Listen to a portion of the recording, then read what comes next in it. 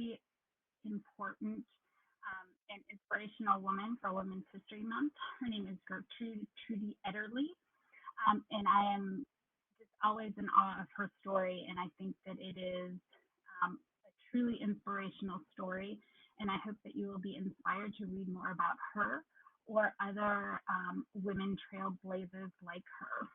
So, just to tell you a little bit about her, Gertrude Ederle was born in 1905 in New York. When she was born in a time when women could not vote. They couldn't join the same organizations that men did, and they weren't encouraged to pursue different jobs. They had a lot of the same jobs that they had had for over 100 years. And so, at the time when she was growing up, things were not always equal for men and women. But she never let her gender stop her. From an early age, she developed a love for swimming, and she decided that she wanted to swim competitively. And so she began swimming competitively when she was just a teenager. And she held 29 national and world swimming records. She even attended the 1924 Olympics and won one gold and two bronze medals. But that's not where her story ends. This is really where her story begins. Because, like many other game changers in the world, she was ready for a new challenge. So she set her mind to a new swimming challenge that had just started. She decided that she wanted to swim the English Channel. And so let's stop here for a minute and talk about the English Channel. So if you look over on this map, the space between France and England, this body of water here, is known as the English Channel.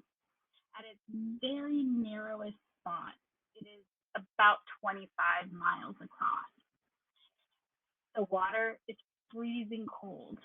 It is very, very harsh conditions. There are jellyfish, sharks, other things that make this swim not just swimming over 20 miles, but make it a challenging, daunting event. And that's why before Trudy even thought of this, over 80 swimmers had unsuccessfully attempted to cross the English Channel. At the time when Trudy started training for this, only 3 men had successfully swam the English Channel. The record setter was a man named Enrique Carabucci, and he successfully completed swimming the English Channel in 1923, and he did it in 16 hours and 33 minutes. So, knowing that only 3 people had ever done it, and lots had tried and failed, Gertrude was ready to train for this and give it a shot. But like most people who change and inspire the world, she failed. But the one thing that she didn't do, she didn't give up. In 1925, the rough water, fatigue, and the weather caused her to have to stop before she completed the swim. But she didn't give up. She returned home, she got a new trainer, and she practiced even harder. Many people were saying that a woman would never, ever be able to complete this difficult task. Even newspapers were reporting that this was something that a woman would never be able to do. On August 6, 1925, she proved them all wrong and sent a clear message that women could do anything men could. She successfully swam the 35 miles across the English Channel in only 14 hours and 39 minutes. She had set the world record and had beaten the men's record by 1 hour and 59 minutes. She was now only the 4th person to ever have swum the English Channel, and she was now the fastest person to have ever done it. When she returned home to New York, she had a ticker tape parade and tons of new fans. She even was invited to speak with the president at the time. After her success, the grueling conditions generations of swimming in the open waters really took a toll on her hearing. And not soon after, she became completely deaf. So she spent much of her later years teaching deaf children to swim. And she said that this was the most rewarding part of her career.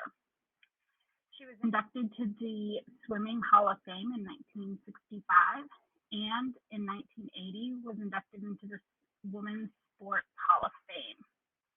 And she remains an inspiration to many today.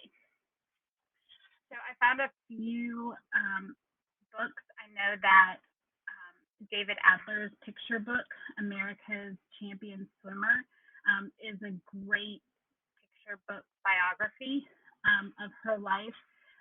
You meet her sister and her family, and it's just an amazing biography. It's where I first began to learn about her story. Many of you have read the She Persisted or She Persisted Around the World. She Persisted in Sports highlights 13 Olympic athletes, women athletes, and Gertrude Ederle is focused on that in that book by Chelsea Clinton.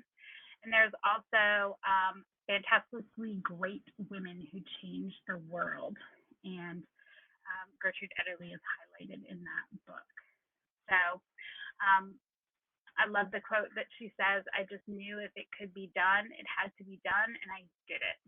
And I'm truly inspired by her story, and I hope that this has encouraged you to read more about record setters and women who have changed the world.